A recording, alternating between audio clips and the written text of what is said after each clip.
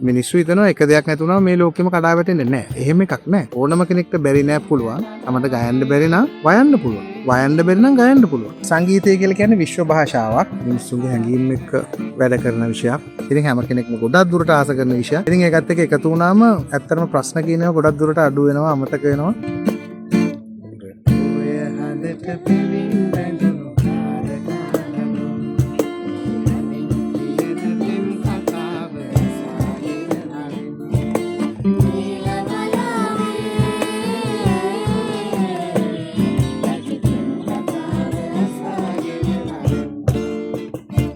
මගේ තාත්තා ගුරුවරයෙක්. එයාත් විරුද්ධ වුණාම සංගීතය කරනවට. පන්ති කරන්න ගත්ත පළවෙනිම ළමයා.